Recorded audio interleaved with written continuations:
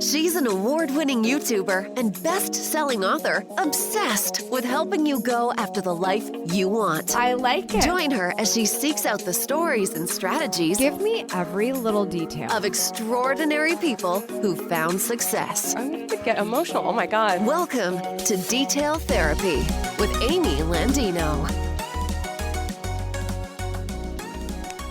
Say tomorrow you woke up and social media didn't exist. Mm-hmm. Like none of it. Mm-hmm. Like text messaging didn't even exist. And you didn't post for anybody else but yourself. Like who would you wake up and want to call? Who would you wake up and want to go see? Like who are you seeing just because you want to post that picture? Or who are you seeing just because it's a check the box? Hey there, welcome to Detail Therapy. You just heard a snippet from my chat with the lovely Sarah McCain, who you may remember from episode 5. That's right, it's time for another BFF chat. In this episode, we are celebrating Galentine's Day in pretty much every single way possible.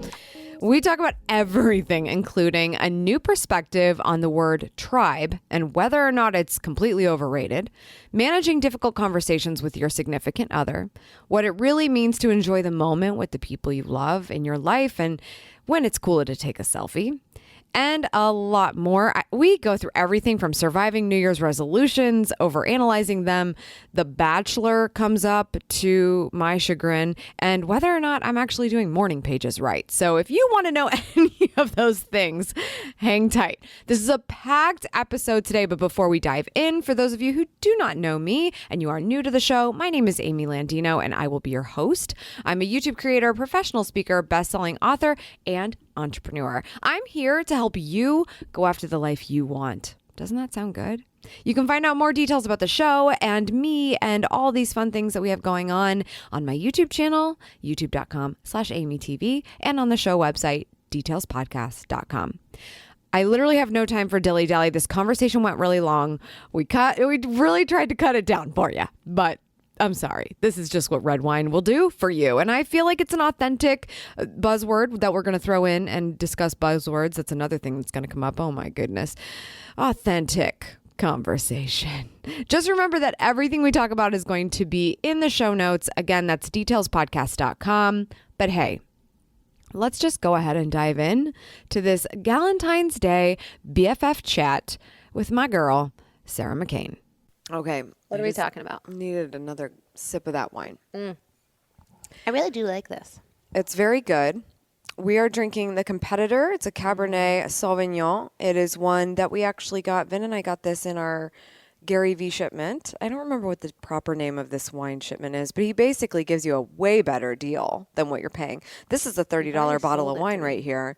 And we paid, I think, $50 for the whole lot. We got 3 bottles a month. So I've told you recently, you need to stop selling things to me. no, Because I watch your videos and I'm like, oh, she's right. That product's great. I need the coffee straw. it's really funny. I think people call me an influencer sometimes, and it's just because I love what I buy, and I only It's talk about what I legit. love.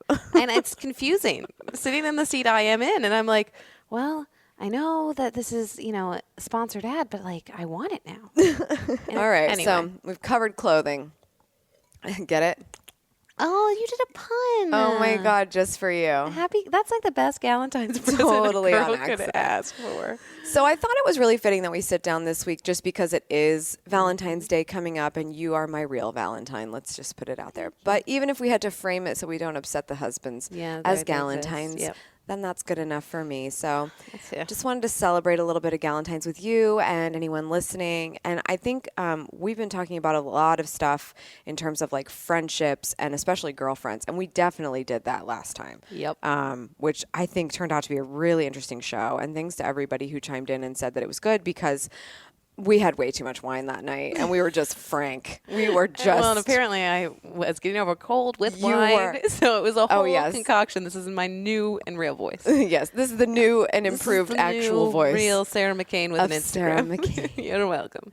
Okay, so before we dig into some like friendship stuff and the Galentine's piece, I'd love to hear if you've done any self-love stuff since either I've talked to you on this show or in the last week, anything I was like, since of you talked to note? me last, well, crap. No, I'll give you more notice. Thank you. No, I mean, I think I took the whole month of January to hit reset. Yeah. Like, I kind of followed your lead on that one. You love New Year's. Like, that's your Love. thing. You really do. But I, like, by day 2 of January, I was over January. Nothing to do with the polar vortex we're currently experiencing. And so I think I just kind of let go of expectations in January, which was exactly what I needed to do. Like, Yeah. started doing the Happiness Project, which I really recommend. But I also was just like, I need to stop putting pressure on myself. I picked a word per you. What's your word of the year? My word of the year is grace, but it's more with myself than with. I don't need people to be like, she's so graceful and elegant. No, Crap. It's not about you people. It's about me looking in the mirror every day and being kind to myself. Yes. So I think it's more that than anything else. I love that. Yeah. I love that. I think that's so big, and I'm totally in on this Happiness Project thing. I was so pumped when I saw. If you haven't ever heard me speak before, then you don't know how obsessed I am with Gretchen Rubin. And her first like really big bestseller self-help book was The Happiness Project. So basically, she kind of opens up the Happiness Project at the beginning of every year. You have to sign up for the year. And I just feel like crap because I haven't been able to make time to do my January assignment, but I know I'm going to get to it. It's just been a really crazy month, but I'm just like so excited that you jumped in on that because I think it helps so much with clarity. Well, I'm here to tell you, and even I don't know if people can still get in. It's probably closed. I don't think so. I think Okay. they close it. You really do. They have a deadline so that the people who are dedicated to having a full 12 months of Happiness Right. Project, yeah, you have to get in. But for you, who's slacking on January, I was going to say it's an evergreen. Like, all of it's Yeah. evergreen. Like, you could cram January and February all into March, and That's it's true. still But content you yeah, need to but work on. I just don't want to defeat the purpose of like allocating money towards something that's supposed to better me. Oh, and the my money was the mindset. accountability of Yeah, doing yeah, it, totally. yeah. It's not a lot of money. What I love about Gretchen is she has these really bite-sized, easy things. You can take the 4 Tendencies quiz for free. You can buy one of her books. All of her products are super affordable. Like, I don't even know what it is, $15 a month, or you could pay for the year for Yeah. this Happiness Project You thing. got a little off for paying for it. Yeah, but it yeah. was So great. I love that about it because it's so approachable and it's just about you setting the intention that you're actually going to do it. It's totally different than like a free access to something. Well, one of the things she talked about this month, just to fill you in, but it was also on her podcast. She did it last year. For 2018, she did 18 for 2018. Oh, I know. And so it's 19 for 2019. Yeah. And so I wanted to figure out what some of yours were, mostly because I only have 7 of my own and I need to fill in 12 more.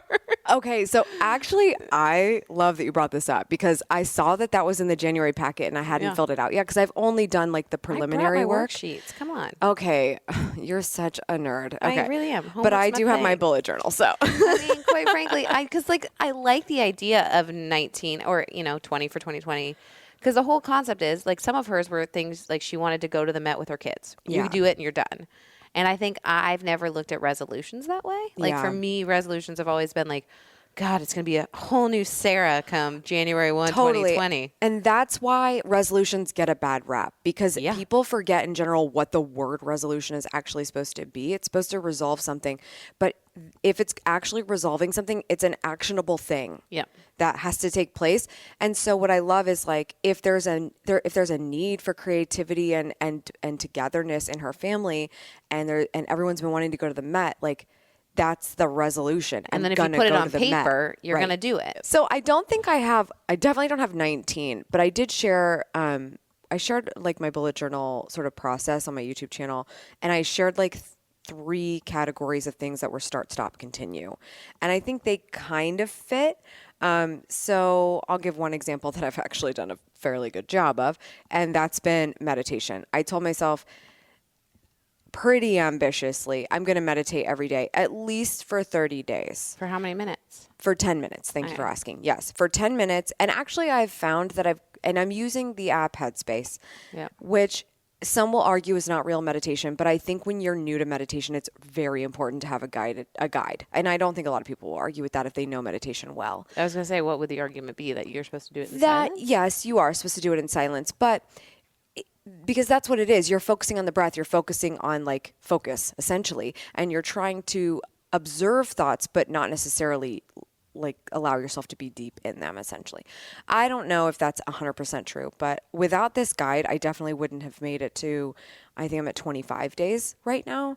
I missed like January 2nd or 3rd or something. And so I missed my streak from the 1st, but it doesn't matter because it's one of those things. February 2nd or 3rd covered. Yeah. But what I love is like, it's coming to be one of those things that when you have a habit, when you miss it, and it's just because it's how the day worked out. Oh crap, like today. I missed the gym today because some crazy stuff happened at work. Yep. And I'm not stressed out about it because I know that it's something I'm so good at doing on a regular basis. I'm going to get back into it. Yep. Meditation was one of those things where it's like, oh man, if I quit for a couple of days, I ain't coming back. And what I feel good about, I think I'm going to make a video about this, is that after about 30 days, I do feel like I am pulled to want to do it on a regular basis. And that's how you know it's a real habit that's forming. And you don't want to let that go. So I think that's been one of my 19. Okay, so you're 1 for 19. But I will also say I thought you were going to make a video of you meditating. I definitely am not doing that. I just want to see how many views I'm that not like that at all. I think there are some I don't want you to look at the camera. I just want you to be full on. Yeah, just that the whole time. And I'm just not see here. I want to see the click rate. How long do people stay with you on those 10 my minutes? gosh. How often do they fade out? You have been hanging out with me for way too long. Too bad. That's Yeah. really funny. I think another one of my 19, though, is that we are finally going to Italy. Mm-hmm. This was By something, we, can I clarify? It's not me. It's not you. That is a very important distinction. I've been to Italy and I loved it. I would love to come again with you, but there's You a moment beat us there. Yeah, You beat us there for your honeymoon. I thought you were going to Congratulations. announce on this podcast I was coming with you. We're going to Italy. And you could too for the low price of whatever it costs to get there. And you get it. And you go to Italy. Yeah, no. I think what I meant by that was that my husband, who is Italian, hasn't been yet. And Yeah. it's actually this is a kind of sad story a little bit. I'll just throw it in. We were supposed to go in November, and obviously tragedy happened. And I just felt so awful because Vin has never been, he's the most supportive person. He has never been more supportive than when something terrible, terrible, terrible happened to me in November. But one conversation we eventually did have was I just was like, there was something inside of me. I knew that Italy trip wasn't the way it should have happened. This is his first trip to Italy. Right. He's still not been, he's full blood Italian. And I'm like, this is how we're going to go. So it's almost like I knew in advance that it wasn't going to happen, which is so messed up to say. And I'm sorry if that's I like don't think upsetting that's to messed anybody. up. No. But now it's like we're going with the whole family, and I'm like, this is how it was supposed to be. We're actually going to go. We're going to spend 3 weeks in the country. We're going to spend the last week in their like home city in very southern, Italy, and it's going to be weird for me for 3 weeks. I'm not going to be able to understand a single word. I'm just hoping you stay on WhatsApp. No, you're on iPhone. We're good. We can keep talking. Right. I don't know how that's going to work. Vin and Blake, Blake's on our team at Aftermark, they're so obsessed with WhatsApp because when they went to Barcelona one They time, made me download it. they were like, we're doing WhatsApp forever because of the fact that we did it in Europe. No, I'm they like, made me okay, download guys, it for The Bachelor. reel it in, guys. Yeah. I mean, it has come in handy for The Bachelor. That's a totally different Spoiler subject alert. line. But I'm just saying they made me download it for that. I more was thinking because when I was in Italy, you thought I'd been kidnapped. Okay, yes. So- There's like so many stories that have just popped up because people are now wondering why the men and you and WhatsApp and me have anything to do with The Bachelor. We'll get to that in a second. So many things. But I don't want you to be abducted or your Instagram to be taken over when you're in Italy. Yes. As it had happened to me, I will be on high alert. Yes. If you don't remember, this is a great story from episode 5 with Sarah on the BFF chat where she explained that she did not get kidnapped and murdered. And I she can say the same to this day. she did, Still holds true. while in Italy, did have her Instagram account hacked right after her wedding, so she couldn't share wedding photos. It was awful. Maybe the universe was telling me, don't need to. Yeah, I think we determined that the universe decided what was going to happen to you that day. Right.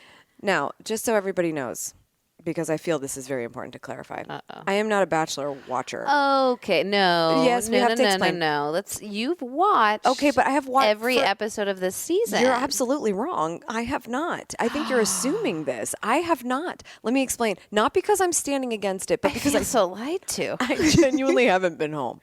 So when I found out there was a Bachelor, what's it called? Bracket. A bracket, like for March Madness, I was in. I like group activity. Yeah, I she like does. when you gamify something. She does. So what happened was Sarah's like, let's do bachelor brackets. And the guys got excited about it It too. really did. I mean, after I think like the last season of The Bachelor, Yeah. my husband got like so into it. And so now like it's a thing. Yeah. So it's a thing. But the only episode I've actually seen You've only watched one? is the first one. And which is really sad because I they feel like I blew should up that take my season headphones premiere. off right now and be like, No, you can't quit. ruined. You can't quit. I'm sorry. It's gotten so much been better. Home. I That's haven't fair. been home. I really Listen. haven't. And Vin won't watch it. Vin's convinced that they want to do it the guy way, where they just guess who's going to win on the bracket, Oh, God. and not actually watch it. You're not invited over to The enjoy problem a cheese is board in they The keep Bachelor. forgetting to fill out the bracket. Is that why you're in third? Is that why you're helping the Sarah, ranks I'm to here third to place? tell you, we are fighting for third and second know, place we are together tied. because everyone else is dropping off like flies. Listen, as somebody who watches it and still makes my picks with an incredible amount of intelligence, I am feeling a little deceived right now, but I will work through it. And ultimately, I hope Colton finds love. That's really Yes, the it's end goal. all about Colton finding love. all I hope for. And you're just upset because I haven't been watching the show and we're tied for Listen, third. watch this happen. I'm going to make a seamless transition back to Galentine's Day. Watch Excited. it. Ready? Excited. So The Bachelor. I'm going to make it from The Bachelor to Galentine's. The Bachelor success rate, because they're on like season 30 or something, if you combine The Bachelors and Bachelorettes. The most marriages and successful relationships have come from bachelorettes, women knowing who to pick, versus bachelors. So when the woman is in control, she's much more aware of what she is looking for. When the guy is in control, more marriages have come out of him dumping the winner, which is weird to me that love is equated to a winner, dumping the winner and picking the second runner up. He goes back to his second choice. But that's the thing with guys, right? Go they're on. like, oh, look at all these women. This is what it's supposed to be like. Right. And then they have to make a decision because the show is making them do that. And then they second guess it. And then they go back to a lot of different things, or they go back to being single or whatever. Because I don't even know if it's about the fame. It's like you get to date a lot of wonderful people Right. at Well, one time and really knock it out. For a woman, I would be like, great, I never have to do this again. Let's pick the final guy. See, I feel like both you and I would be like night 2. We know who our final 3 are. Yeah. Like I think I would hit a point on that show where I'd be like, I don't want 20 people to follow me for 2 more weeks. I would like 3 people. We will court. You know what? I don't think I could handle, and I know this exists, and you cannot tell me this doesn't exist. Okay. I couldn't handle the whole like producers pointing out people who are great for ratings and you've got to keep them around thing. Oh, I would totally say that existed. I would spitefully kick off all of the people who get the best ratings. Oh, I mean, your season would suck. Who to I didn't watch. fall in your love with, season would obviously suck to watch because Yes, they would they make wouldn't you pick do it. me. I'd be the worst bachelorette. No, in history. I read, or by read I mean Audible, Yes. a Bachelor Nation book that talks all about that kind of stuff. It's Why in the fascinating. world is there a Bachelor Nation book? Because somebody did like a whole kind of like reconnaissance mission talking to ex-producers and about all that stuff, like how they plant people. Oh my God. Don't even, we're not going to go into a Bachelor podcast right now. I am just I saying. can't with that. The bracket makes it more interactive, so it Yes. is more enjoyable to watch. But you do have to suspend, and this goes back to love and Valentine's Day and Galentine's Day. You have to suspend, like, do you actually think it's more about love or is it about competition? Oh, I think love is always about competition. If you're really asking me, I mean, it's messed up. But no, that's so. tell come me on. more. I mean, everyone's competing for. First, you're competing for attention. Then you might be competing with somebody else who's pining for the same person that you want. This is real life. This isn't just on a game show. Like, But do you think on your wedding day, yeah, getting real with you, I was there. you don't think there's any so- competition on the wedding days? I mean, I was going to knock you out and be like, hey, Vin. I was just right there. Not no, like but that. like, I mean, in terms of, did you think when you said I do, was there any part of you that was like, I won?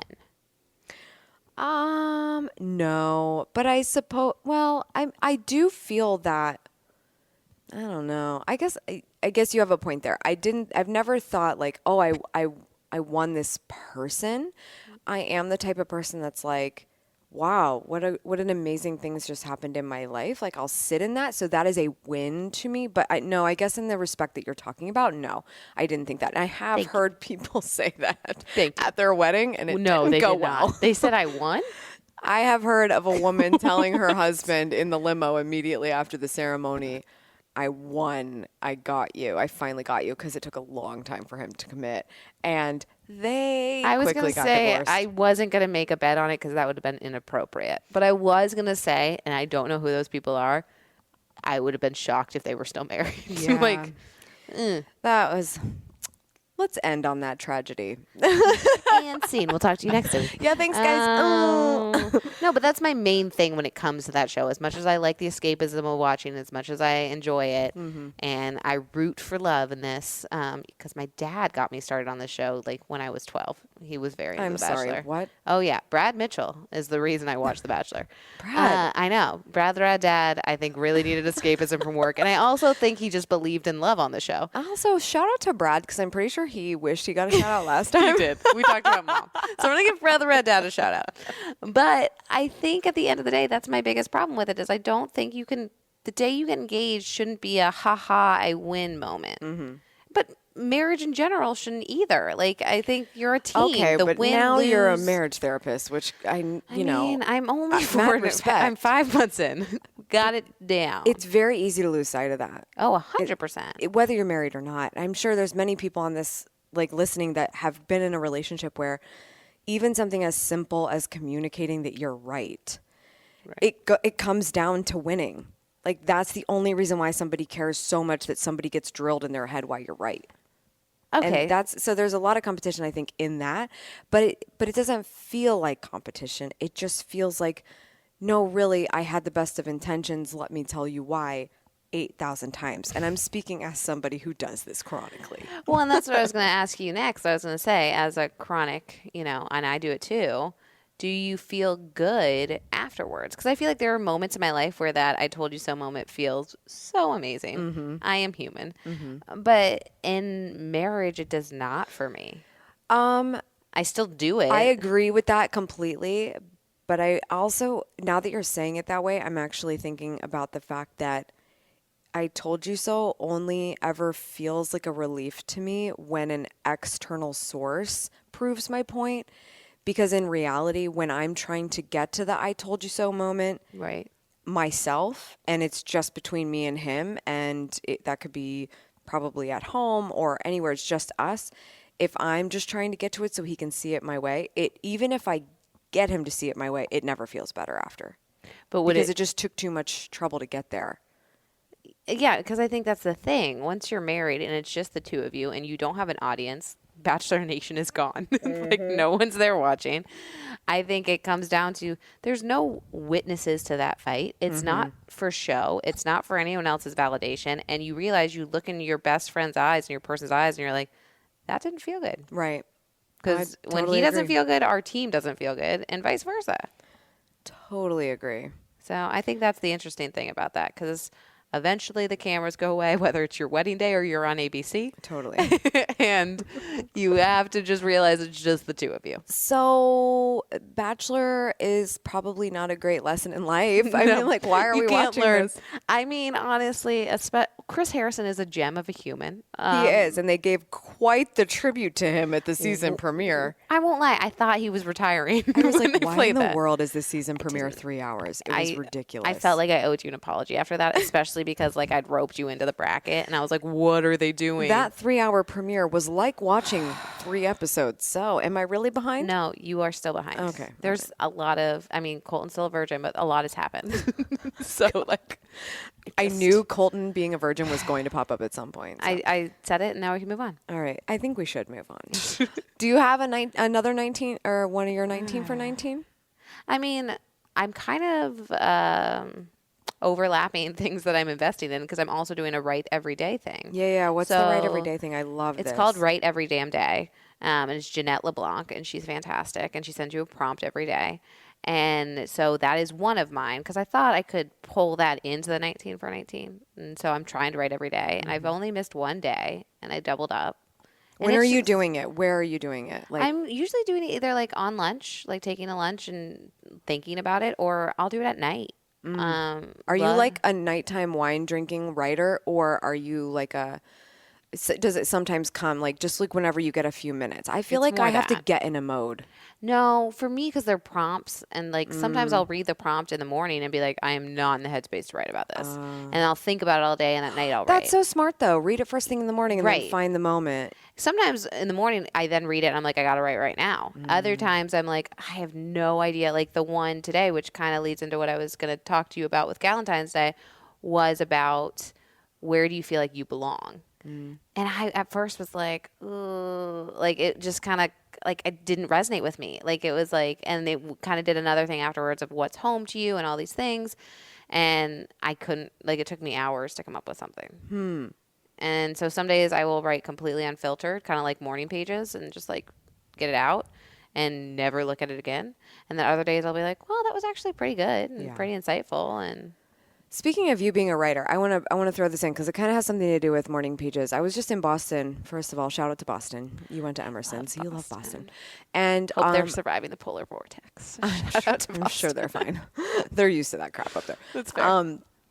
I went and met up with my friend Anne Hanley, who you met when you came with me to Scotland. She found my new Instagram, by the way. She followed me. Oh, good. She found me. We're good. She's definitely a fan of yours. She knows you're good people. And Anne and I have talked many times about how we don't love people. So it's like, fair. great. But it's funny. I was talking to her about morning pages because I was like, what's your writing practice? Because she's all about writing and she's potentially working on her next book right now. And she said, I write every morning, longhand. And I was like, okay, cool. I said, do you write morning pages? Right. And she's like, no. She's like, I like to, and she told me a story because she's like, I'm planning on writing this tomorrow. She comes up with a story from the previous day that either she heard or something that happened, or maybe it's not the previous day, but just some story in her mind.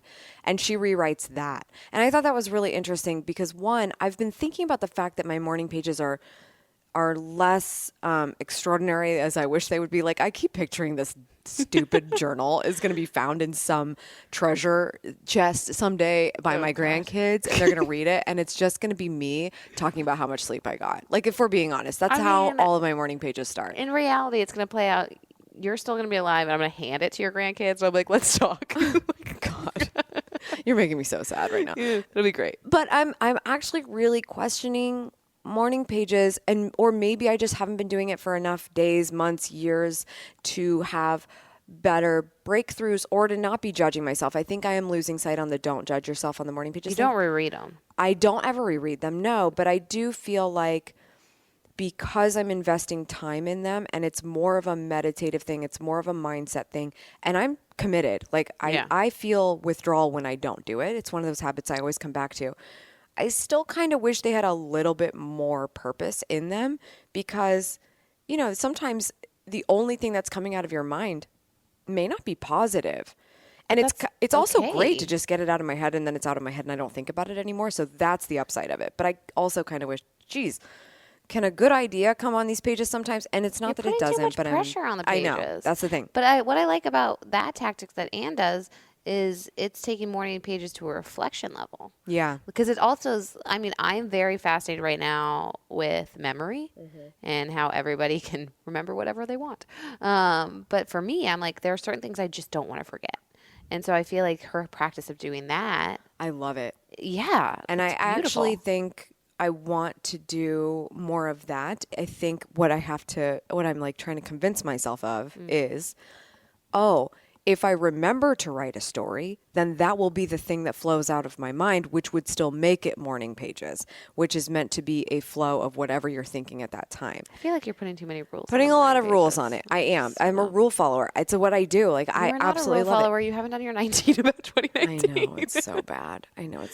It's been a crazy month. But it anyway, really has. I love like that it's you're been a doing. year. I love that you're doing that right every day. Yeah. It's just like so.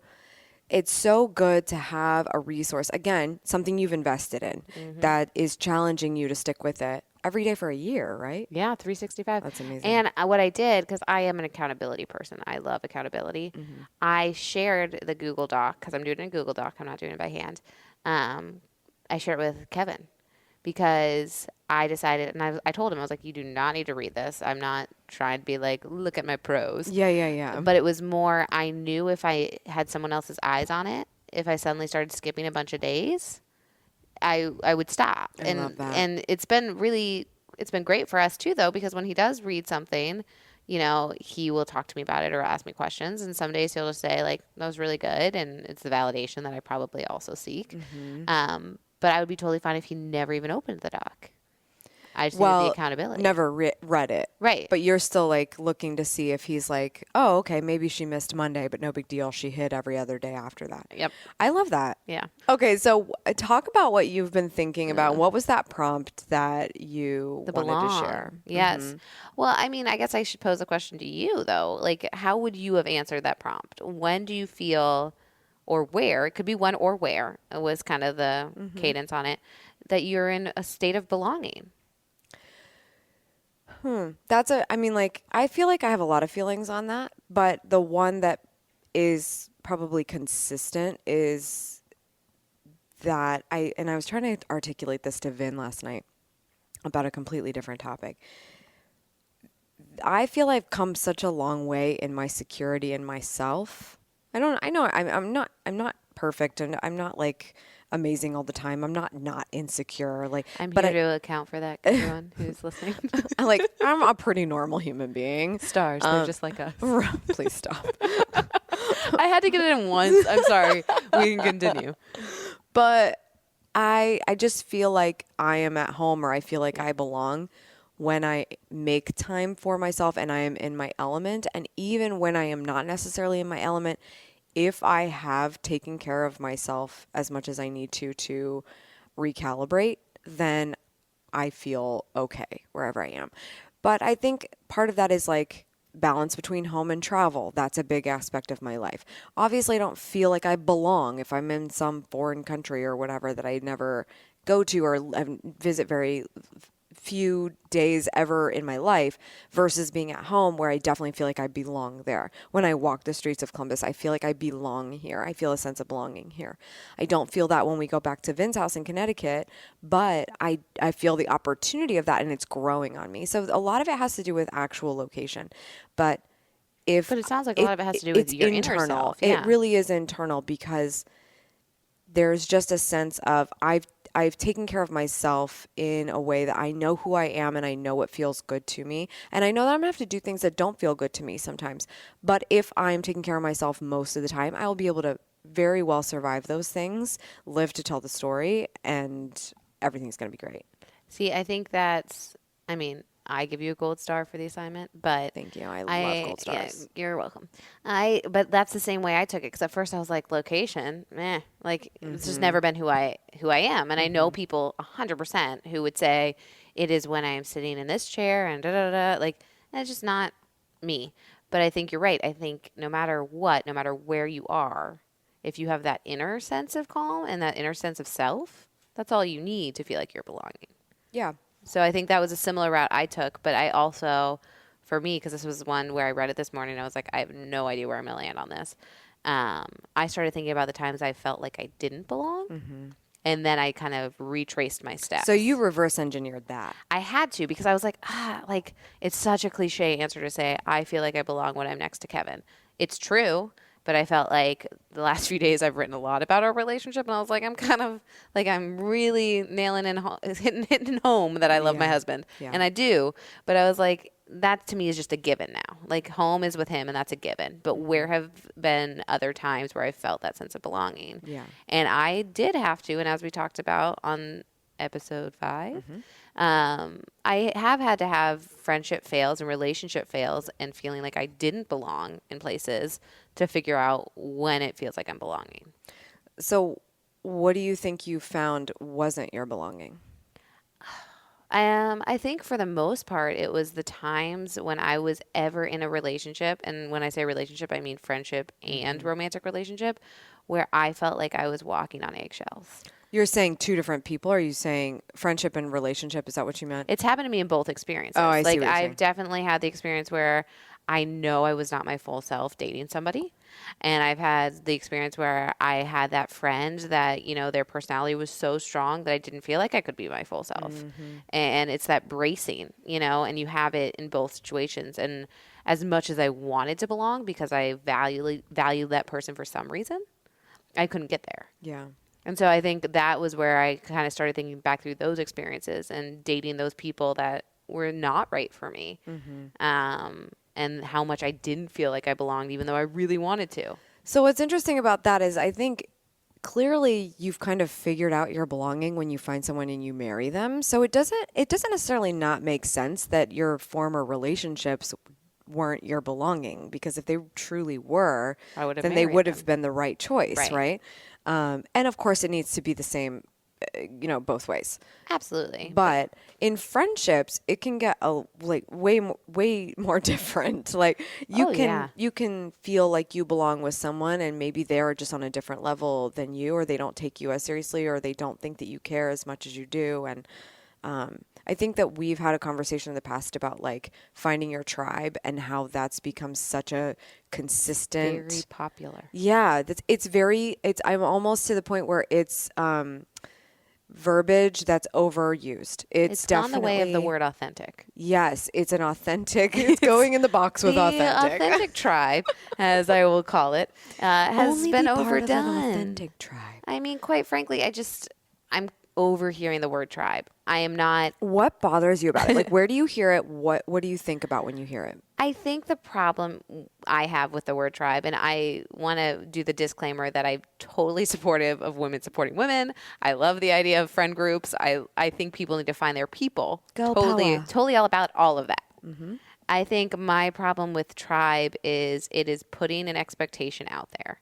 And it is putting a box out there that groups of women are supposed to fit into. Or if you don't find your tribe, what does that say about you? Like, if you're not finding this tribe that you're posting about on Instagram all the time, like, I just feel like it's creating an image versus something of actual content. It's a buzzword. It's, like. Exactly. It's so funny because I have never thought about the tribe on that level. But it goes back to this conversation I was having with Vin last night, actually, because we talk about this all the time. I am not how do you say this? I am not a fluent collaborator. It's just not, it's not in my bones. Professionally? So or are we no, talking... I guess what I mean is when people collaborate, when people work together, when people find their tribe, when people find people that complement who they are and what they have to offer. Pour me some more of that while you're at it. Yeah, I was hoping I'm not one of those. It's fine. It's very loud, and I love it. It's the sound of our wine pouring device. I don't ever feel like I need to find someone to collaborate in order to enhance an experience for other people. And when you started to explain this whole find your tribe thing, I realized that anything I've ever talked about, such as like in my book, Vlog Like a Boss, or what I talk about when I'm simply just explaining how I talk to my community and why we talk about what we talk about, I've always described it as talking to one person. Yeah. So I never actually found a tribe either. I didn't even create a tribe because it's not like there's a bunch of Charlottes out there sitting together watching YouTube and say, like, it's not an episode of The Bachelor, okay? Someone is individually saying, I am trying to make advancements in my life. This is a personal relationship I have. So Amy is a type of best friend in my life that is guiding me through that process, and I feel like I can relate to her as well. Yes, there are tribe aspects in that, but truly, I'm trying to have a conversation with someone individually. I'm not saying here are all the people who would qualify for that. Well, that's the problem with tribe. Yeah. I mean, you're right, because the tribe is assuming, first of all, I would challenge anyone listening to this to think of their 5 closest friends and really honestly say to me that every time the 5 of you get together, you can talk to all 5 of them the same way. Because quite frankly, that's just not realistic. Oh, wow. Those are fighting words. I like it. I don't think it's true. Like, I have close friends that I know that we have one-off relationships, that we have totally different conversations than when we're in a group setting. Mm-hmm. And to me, the tribe aspect is we always hang out. We always hang out in a group. It's fantastic. And it's not as deep. And that's to what you're talking about. Like, I want to have those deeper conversations. There's definitely a time and place for group. I'm not saying there isn't. Sure, of course. But the mentality that you can always just exist and be in this tribe, I think gets away from some of the intimacy of the one-on-one. Yeah, that's a really interesting point. It's funny because it's like, did you ever watch like Now and Then? Oh, yes. Of course. Yeah. Who hasn't watched I mean, Mountain? quite frankly. Cue the music. Love that movie. I was obsessed with that movie. Or even just like Sisterhood of the Traveling Pants. Right.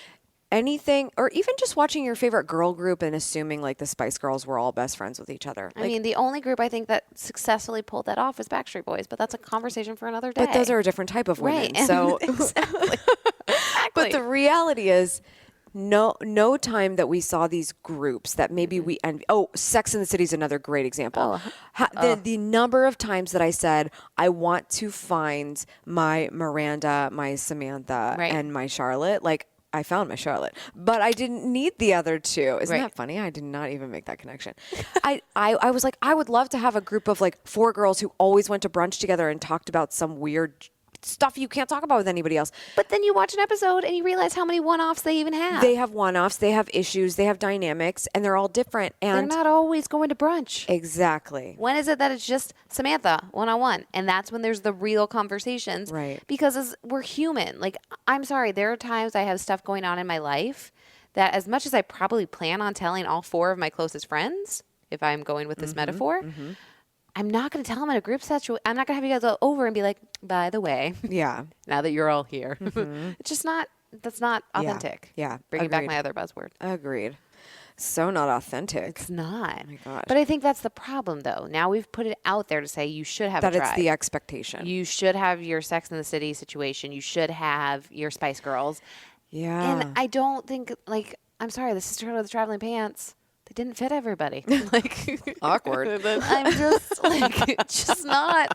It's and then that's what creates tension. Yes. Because if you assume that that's supposed to always happen, I just think it's unfair. And then for those women that don't have a tribe that are listening to this, more power to you. Because quite frankly, I don't want you to be thinking you are left out. Do you know what's that is really the point too, and one thing that I actually see the tension in my husband's brow when we are talking about this, because I am so not an I need a tribe person and independent on probably an unhealthy level, but he grew up in a very Italian, obviously literally Italian environment, but very much so the dynamic of there's a big group of people here and they do things together. And so he very much is a tribe person. He loves to have people around him. He loves to have a partner in what he's doing. He's not excited to do something as much on his own as he would be with someone else or with a few other people.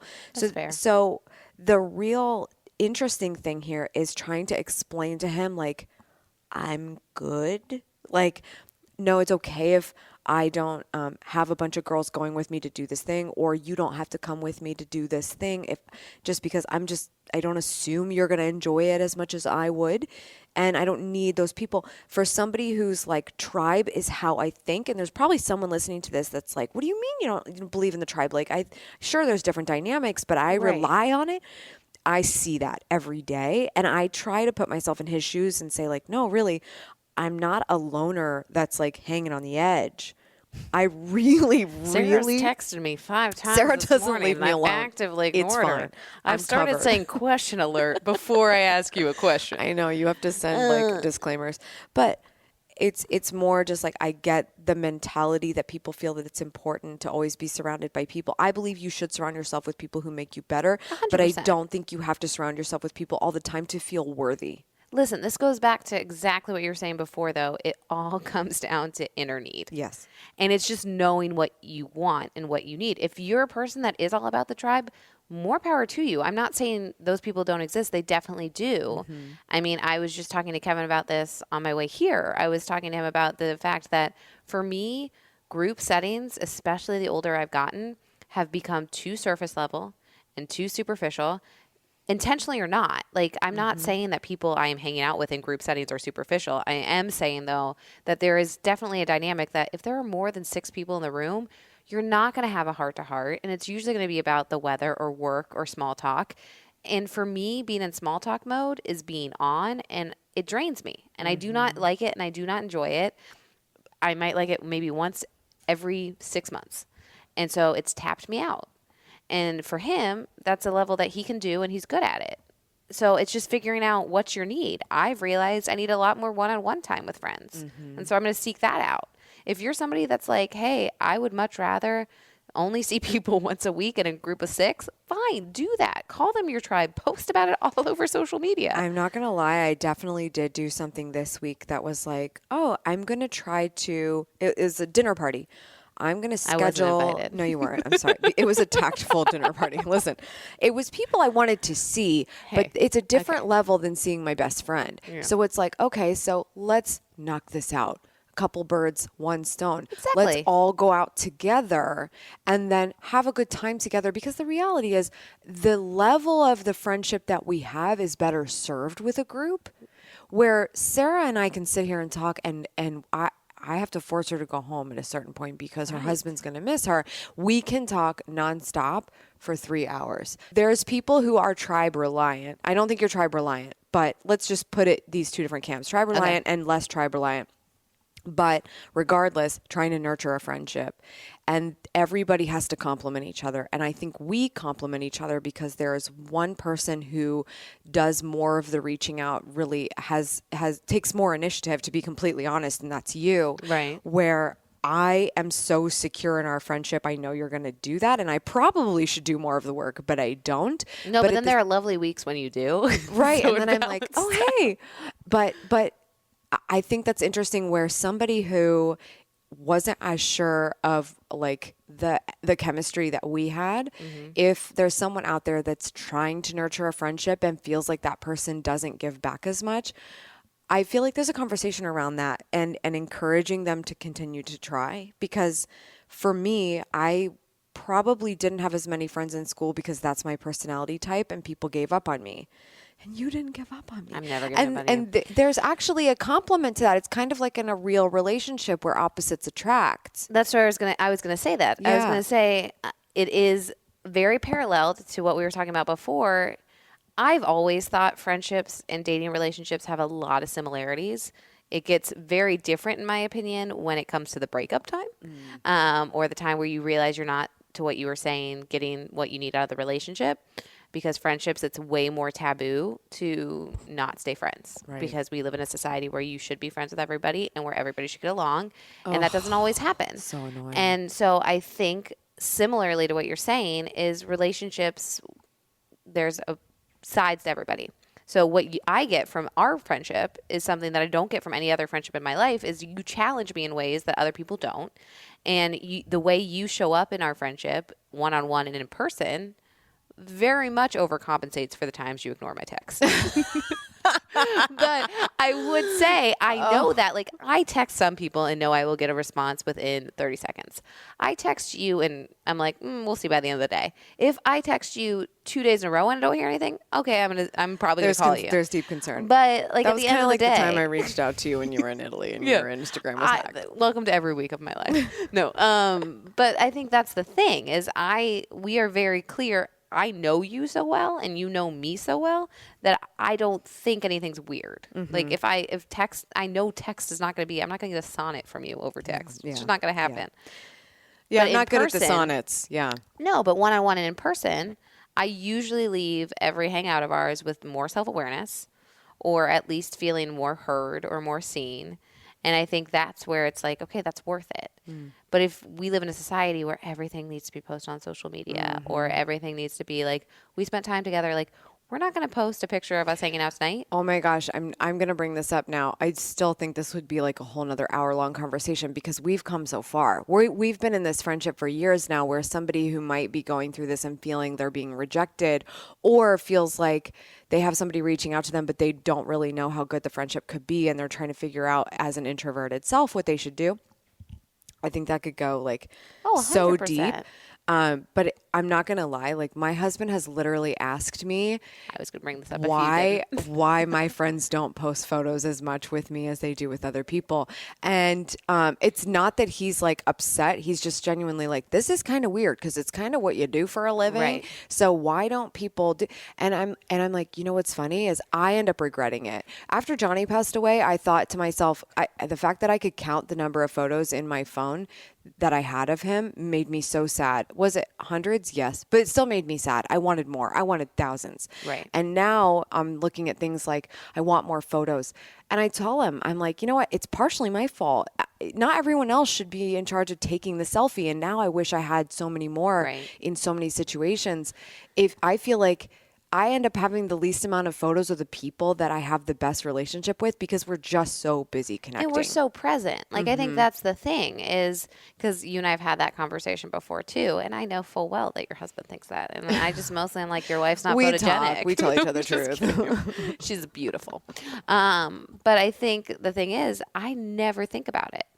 And then there are times where, you know, I do think about it, but I'm like, well, that was a fun night that Amy and I had. Do I need to share it with the world? Because I think that's the other thing about the whole tribe experience is it's like, why do I need other external validation to say, hey, everybody, look, this is my tribe? This is a real relationship. Quite Look frankly, at that us. was why it was really hard for me to go down the bridesmaid route too, because I was like, I don't like the context of like people being like, oh, she ranked her best friends. Like, Oh my we're gosh, not in the so third grade. MySpace of you. Right? You're in my, is it top 5? I don't It was even top know. 8 actually, but It was hard because I realized we live in a society where that happens. And so there are times like I have a very good friend, but I don't think she and I have a single Instagram photo together because it's just not a thing, you know? And quite frankly, my feed has become all my dog and my husband because it's like, I worry now when I post things because I don't want it to look like I'm ranking people. But if you genuinely know me, I would actually be deeply concerned if you started posting photos of every single person on your Instagram because that would be like falling back into your old ways of like going to every single event, going to every single dinner, going that's to when every you single text friend me activity. more though. If I started doing that, I'd get like a prevention text from you. Maybe my feed will just start becoming pictures of you, just not even selfies, just random photos. We should just have like an intercept. Or feed just for like you. the times I watch your videos when I'm catching up, just me at my desk watching Amy videos. That'll be what I post. But that's the thing about tribe is I feel like you have to get it validated. Yeah. And that's where I have problems with it because if you are really just so confident in your friendships, why do you then need to post it in a way that's going to make anyone feel left out? Or is it going to be about a validation thing? And I just, either side of that I don't like. You should be validated on your own in your friendships. Yeah. And you also shouldn't leave people out. So like, I think that's like, I've hit a point now where I'm like, I'm just not going to post those kind of pictures. Yeah. Makes sense. But tomorrow I'll post pictures of you and me. It's fine. I mean, we are lacking me on your feed right now, so. It's true. You and my dog. Prue likes you. We'll get you up there. I love this conversation. I think there's so much self-worth in like trying to parse out the social media and where it plays a role. But I would say, because I feel like we've gotten my opinion on the word tribe and we've gotten your take on how you talk to people. But if you had to scale the word tribe, where are we at?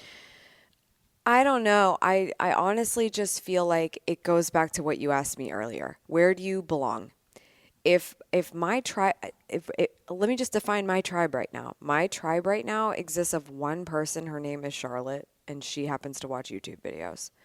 That is one person for me. The other person in my tribe is Lucy because she's a dog that is very much an old senile woman.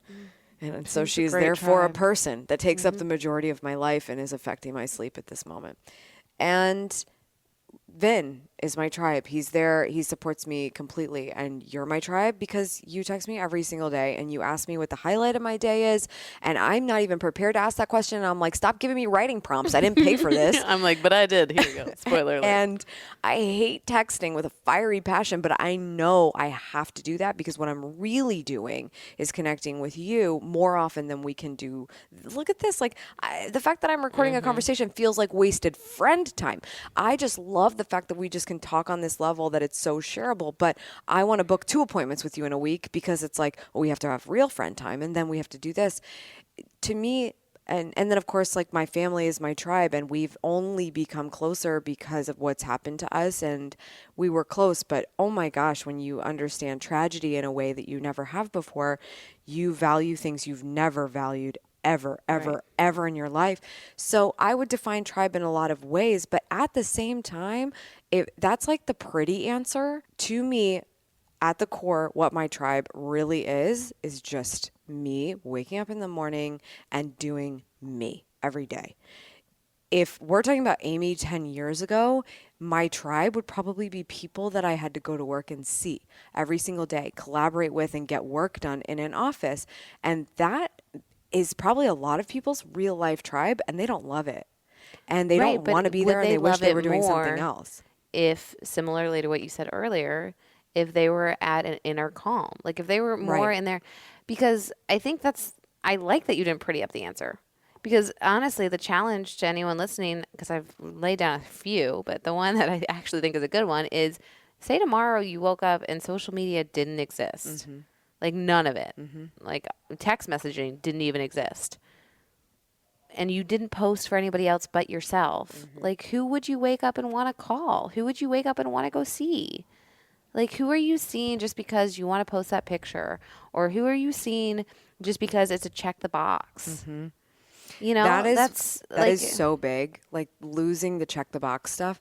And I have to do this not just in my personal life, but in my professional life. It's so easy to say yes to everyone because I want everyone to feel that I am accommodating. But at the same time, it is something I'm saying no to every time I say yes.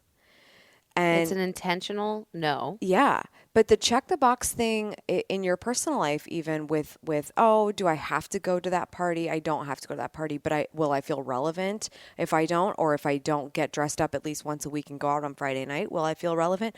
God, I don't miss those days in my 20s. Not at all. And I still didn't have very many because I was just so secure in the fact that I felt happy where I was. And even if I didn't have a significant other in my life at that time, I knew I wasn't going to meet them at the local bar. Like, there's no reason for me to go out of my way to do things that don't make me feel at home just because everyone else is telling me it's socially acceptable. Well, and that's what I would say to somebody that feels like they don't have a tribe right now. I would say, think about that energy where you do feel like you belong. And then go to those places where that exists. Because like you're saying, like if I'm somebody that doesn't like to go to bars, which I am not, like I like to sit at home and drink wine like we're doing now, I'm not a bar person. So don't put yourself in a situation where you don't feel like you belong and hope to find people that make you feel like, because you're not going to find them. Exactly. You're going to find the people that everybody told you would be great, but they didn't feel like they were you. They didn't do the things that you do. Right. Vin and I met at a conference where I was speaking. I was going to say where we met. Yeah. Where did we meet? You don't remember. No, I do remember. Well, I remember, but we have different. We have different stories. But I would say, going back to your earlier prompt of what if you're out there and you're trying to make a friendship and you don't feel like you're aligned, I would say the first night you and I both met, we both probably walked away being like, I'm never going to see that girl again. Probably. Like, because I don't think, one, we were both there with exes. It was a situation where it was Not like at small the time. talk. We weren't dating them at the time. We were dating them in real life, in real time. But we were both in a situation where it was, again, like a forced social situation, which I don't think either of us wanted to be in. Right. They were both there. Your boyfriend, my boyfriend were there for somebody else's birthday, and we were the token girl on the arms. Exactly. And it was loud, and I remember just being like, I'm not going to meet anyone here. I don't want to be here. I want to be home. I could tell by your face you thought the same things. And that's so observant of you, even then. I mean, thank you.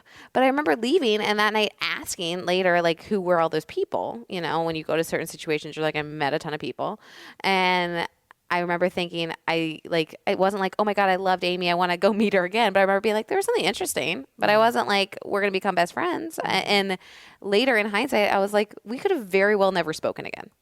We met again in another social situation and we hit it off. And it was like, oh, funny, remember that time. But we could have walked away from that and been like, no.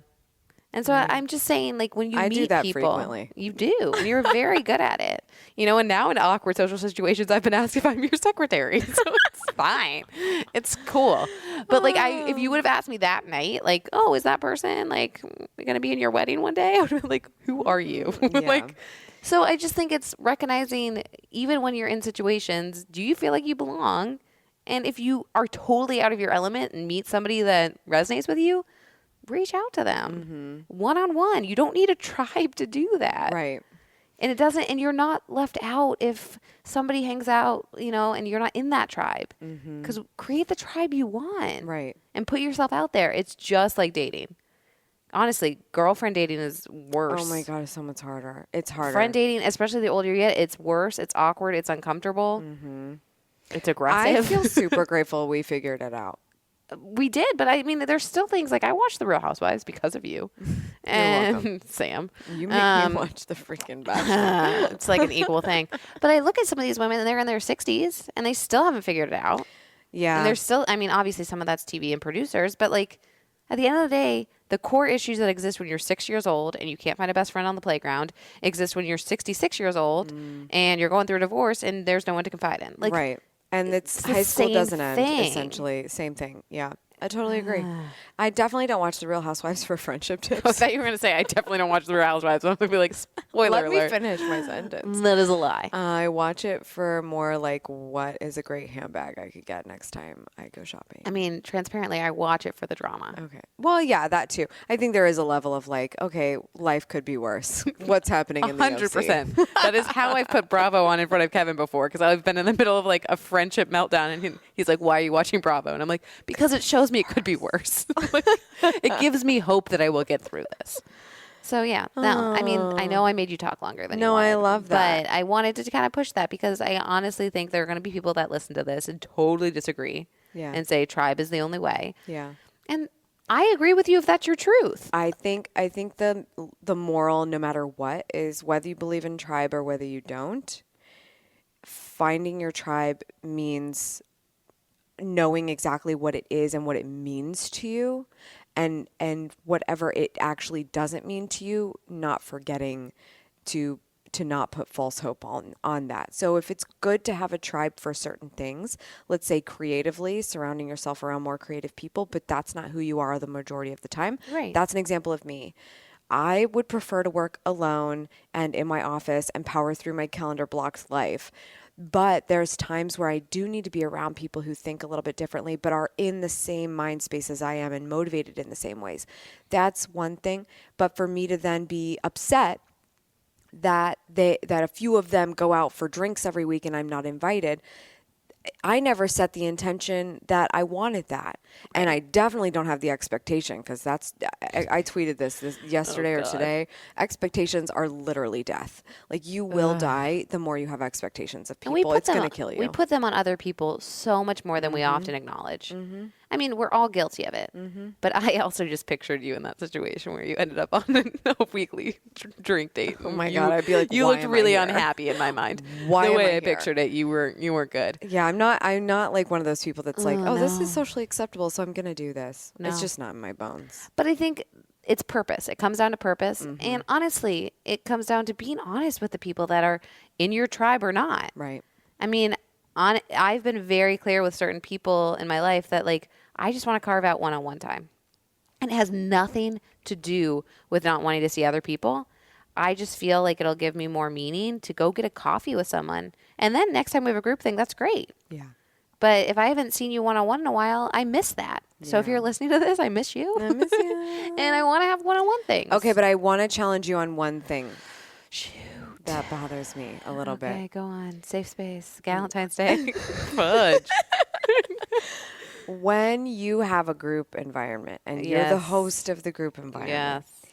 you do not need to apologize to people who you didn't get good one-on-one time with in a group environment. I think you have that tendency. It's true. No, I'm not going to disagree. I'm actually I don't know say, if you, and no offense to anyone who doesn't get this, but I get this from you a lot, and I don't feel you ever owe me an apology for not spending a couple more minutes with me because we're in a group environment. If you're hosting a party, you're hosting a party. Like, it's not the same thing as us sitting down for wine. If you were on your phone the entire 3 hours we were sitting here right now, I wouldn't be your friend. Like, that would be a problem. But I challenge you to release that responsibility, that, you know, instead of, I want you to change your, like, just, I'm not going to tell you what to change. I just want you to think about it. Challenge me. Bring Do it. whatever makes sense to you. But instead of saying, I'm sorry we didn't get to spend more time together, I was running around, whatever it is you would say. Say, it was so great to see you. Even just the few minutes we got to talk were great. It's a different frame because you don't need to apologize. Over apologizing is my biggest pet peeve. I do it too much. Everyone does it too much. You don't have to apologize. You welcomed somebody into an environment of amazing people, and that is making people better. So, Bless you. So to me, it's just be okay with the fact that you didn't get one-on-one time because you didn't design one-on-one in that situation. Which, it's thank not you. speed dating. No, but this is what I'm talking about. This is the thing. This is a moment where I take away more from you because you give me those challenges, because I need to remember that, because if I had a nickel for every time I have sent that text, or I have followed up the next time I saw that person, I was like, I'm so sorry, I was doing X, Y, and Z. Because we're trying to come up with filler conversation, and even if you I'm going to give you the benefit of the doubt that you truly are sorry, because I actually believe in your heart that you are. A lot of us are saying I'm sorry because we're trying to come up with some filler thing that makes us feel more comfortable. And if we are apologetically excited about something, then we feel like that's more of a connection with the person. Right. But as an anxious ruminator, I actually am sorry. But the thing is, getting that text, one, is awkward. Sending that text is awkward. And it doesn't change the reality that you didn't get one-on-one time. And so for me, I'm like, yeah, 100% I'm going to take that challenge, because it is true. And it's why I would never go on The Bachelor. Sorry, ABC and Chris Harrison. Stop apologizing. I understand. Listen, the main reason they probably wouldn't take me is because I'm married. But the second reason is I could never, ever do those freaking group dates, because I literally would walk away and be like, You totally listen, would. I know no one on the show has his phone right now, so I can't text them an apology, but I really wish I could have spent more time with Cassandra, and I didn't talk to Katie at all. And I love Lily that you're the hates me. Bachelor, not the Bachelorette. I know. I just stuck with women on that one. But like, that is the thing that happens to me in female friend group situations. Yeah, and that's why you stuck with the A. female, because you actually feel that way more. Right. I would never be good on a show in any way in that setting, because when you do get my attention and when I am present with you, I'm going to be one-on-one. So I'm not going to notice that I'm spending an hour talking to you. If we're having a good conversation, I don't want to get away from it. And I only gave that person 5 minutes. And at the end of the night, the person I only gave 5 minutes isn't going to know, and it's not going to compare until I awkwardly point it out over text. Exactly. Or even if they did, let's just say you invite someone to your party who doesn't necessarily know a lot of people. You might feel more responsibility to like talk to them more, and you know what, you need to understand like where you stand on that before the whole thing happens, and just like just decide to yourself, what am I going to do here? Or just prepare them, like, I'm going to be running around a lot, but I'd really love for you to come, so that there's not a false expectation that they can hang on to. So that's that dynamic. But you, even being the host and not spending ample bunny ears time with somebody who maybe doesn't know as many people as they could, and is hugging the wall a little bit, it's their decision on how to handle themselves. All goes back what to to do. self-accountability. They need to go where they belong. And if a half an hour at a party where they don't know a lot of people, but they made an appearance and that's good enough for them, is good enough for them, they can leave. And that's not an apology that needs to come from you. This is the thing. It all goes back to self-awareness. Yes. At the end of the day, we all only get out of a situation what we put into the situation. And one of my favorite bosses ever always said, you're responsible for the effort, not the outcome. So I'm only responsible for the effort I'm going to put in. And I always take accountability for everyone else's effort. And then I feel bad about it. And it's just not sustainable. I have hope, though, because I think you've come a long way in your friendships. And these are just little things that you're, over time, letting go of, the responsibility of. You've already done a really good job of putting more time in yourself, and also because you're newlywed and you really see where the core of your happiness is. It's at home. Yeah. It's making sure that Kevin's happy too. Right. And you can't guarantee that either, because he needs to be self-aware of his own belonging.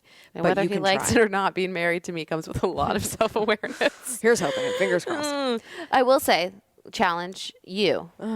Similarly to how Valentine's Day has, for many couples, become a very overdone and redundant thing, and people are like, ugh, Valentine's Day. Galentine's Day will inevitably become that. So how will you celebrate your lady friends, and I'm not just plugging myself, year round? Like, what's something you want to change in 2019 to lift up the women in your life? So what you're saying is that Galentine's Day is going to be the new Hallmark holiday, and we should be doing this every day? Listen, Galentine's Day is any day of the year you want it to be, whether you're celebrating a tribe or one-on-one. I like it. Here's my answer to your challenge, and hopefully I continue to do a better job of this. But I feel that if I am around other women, successful or not, in their mind or not, that if I have been valuable to them in our time together, then I am Galentinesing every day. Ooh, you verbed it. Yeah, there you go. That's what 2 glasses of wine will do for you. Galentinesing. I'm Galentinesing. Yes, the next It's like time somebody says, what are you up galvanizing. to? I'm going to say, I'm galentizing. I'm I am galentizing. galentizing this. To me, I think that's just how I have operated in my life as a whole, is that the way I have found belonging, I guess it comes back to that, is if I can provide value to someone, I feel that I made the most of that moment with them. And I genuinely feel like that when I'm around women, even more than men. I do feel the need to be valuable for all humans alike. But at the same time, if a woman has a question, I want to answer it so much. Yeah. And if a woman hasn't had an experience and I have, I want to tell them everything I know. And that's just who I am. That's I'm getting goosebumps because I know that's the fiber of my being. And I know, because it sounds so cliche, but it's also really the truth. If I don't have anything valuable to say, I feel like that person wasted time with me. I don't feel valuable at all. So that's just again, I think that's an internal thing that I've decided about myself, so that if I'm out of my element, I can still belong.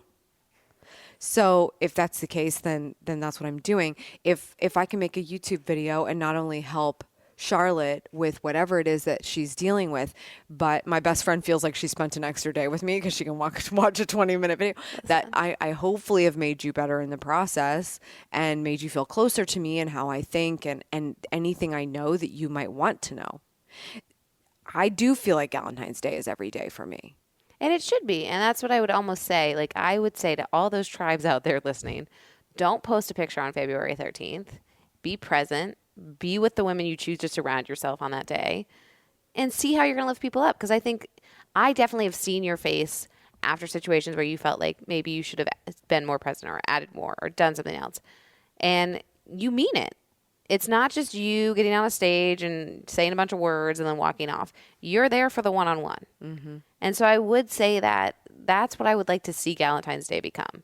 I'm all about ladies celebrating ladies. I love that February 13th has become a thing. But I would also challenge people to just do it another random day. Celebrate a friend out of the blue. And for those of you who are documenting life and enjoy documenting life and actually find that the selfie taking is good bonding, I actually think that's good advice. Don't post it on February 13th. Well, and who are you posting it for? Post it for yourself later when you can reflect on that moment. Because I actually think the nostalgia. Here's hoping Galentine's Day is. It is on on Wednesday. I totally just you realized messed that up. I really did. But if you can instead reflect on the moment later, I actually think that makes that in moment time that you spent with those people even better. So don't take away from the moment. Don't take away from the moment. Don't sit there and post while you're still with them. Like, right. Just take the Be photo, there. be happy you documented the moment, and go back to cheersing your friend and eating Prosecco gummy bears. For a second, I thought you said eating Prosecco, and I was going to be real concerned. Listen, you got to let me finish You do my you. sentences, okay? You do you. But Okay. quite frankly, everybody else got to do everybody else. This has been a very adventurous I episode. really don't know where we went with with it. one Sarah McCain. I'm so sorry. Officially, Yes. everyone can follow you now on Instagram. Yes. So if I accept you. if you are accepted into the circle, into the tribe. Listen, of if I accept McCain. you, you're in my tribe. How can people find you? At McCain McCrazy, because I think we brainstormed that. We did. We came up with it. It took a long time on the last podcast. At McCain McCrazy, one out. McCain Me Crazy. It'll be in the show notes. Yes. Go follow Sarah Yes, for follow some me. great puns. And you'll probably get a series of Amy photos coming up soon. Yes, we're backlogged. I'm not even going to be in them. It's going to be great. I'm just going to slowly follow you down the street. You're going to be like, what? People will be like, does she know her? Oh, it's awkward. Weird. But go find your tribe. And if your tribe's just you, own it. Yes. Do that. Own it and go after the life that you want. All right, with all of that said, let's catch some details, shall we? Sarah and I mentioned that we are starting the Happiness Project, which is put on by Gretchen Rubin. I don't think that you can join at this point if you're just discovering it. If you're already in, cool beans. If you're not, highly recommend the Happiness Project book. The same idea happens here where she kind of walks you through what it was like for her to do a happiness project, and you can kind of do it along with her as you read the book. I really love these books that you can read throughout the year. I'm also reading The Daily Stoic right now by Ryan Holiday, and it's one page every day, and I feel like it's been the highlight of my year so far because I've kept up with it, and I really hope to be reading it all the way until December 31st. So the Happiness Project might be that for you, and you can do your own happiness project. Next, define what a tribe means to you and lean into it. I thought this was really good perspective that Sarah brought to the table today. It's something she's been thinking about a lot, and I hadn't given a ton of thought to this. You know, in my world, tribe means a lot of things, but to somebody who's just trying to find their space and their people, it can be overwhelming. So just know what tribe means to you, be okay with it, and lean into it, and just do you. What does it mean? You have 5 close friends, you have 15 close friends, you have 1 close friend, or you're really just focused on number 1? I think there's a balance that we all need to have here, and it's going to depend on how you operate. Just know that everyone is different, and it's okay if everyone else is doing something because they've been told to do it, but you have checked in with yourself and are doing what's right for you. Please stop over apologizing to fill space for comfort. This is something we do especially as women, but it's just one of those things where it's easy to say, oh, I'm sorry. You know, I took an extra second to get on the elevator. Oh, I'm sorry. I could just apologize right now to make you feel better about whatever this conversation is. It's getting off to a clunky start. You know what I'm talking about, right? We just use those words and they don't mean anything. The words that should mean so much, like an apology or telling somebody you love them, these words are losing their meaning because we are overusing them. So try to work on your ability to scale that back, specifically with over apologizing, because there's just no need for it. And you're better when you find different words that you actually mean. Add a little Galentine's Day in everything you do, especially if you're a lady like me. I meant what I said earlier. I feel like every day is Galentine's Day for me because of who I surround myself with, who I do good work for. And if that's going to motivate you a little bit to find your way of maybe dropping a text to a friend you haven't talked to in a long time, or putting out positive vibes on social media about somebody you see that's really pulling her weight in an amazing way and isn't getting enough credit, do that and just add a little Galentine's Day in your life on a regular basis. And finally, take photos with friends, document the memories, but don't make the memories about taking photos and posting photos. I love taking as many photos as possible. You'll notice this on my Instagram even. When I'm having a moment, when I'm experiencing something and I'm going to make a little bit of time to document but focus on the moment, I review those later. I post them later. I don't have to tell somebody that I'm doing this right this second, and neither do you. So think about how you can make sure you document the moments so that you can have them later, but you don't have to do it that right second, okay? You got better things to do. You've got people to see, people to talk to, people to connect with, yourself to connect with.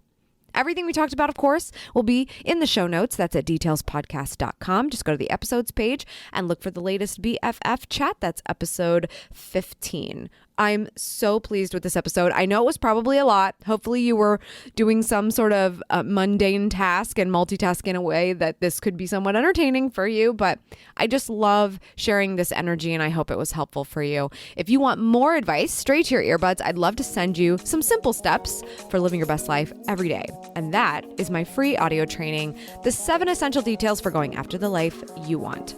You can get the audiogram by subscribing to this podcast, taking a screenshot to show you're subscribed, and emailing that screenshot to hello@detailspodcast.com. That's hello@detailspodcast.com with audiogram, please, in the subject line, and we'll get it right over to you. Thank you so much for tuning in. I appreciate it as always. If you'd like to discover more actionable details, head over to AMYTV by typing in your browser, youtube.com/AMYTV, or you can search for me, Amy Landino, in your YouTube app. Please remember to subscribe for good vibes, kiss the ones you love, and go after the life you want. Cheers.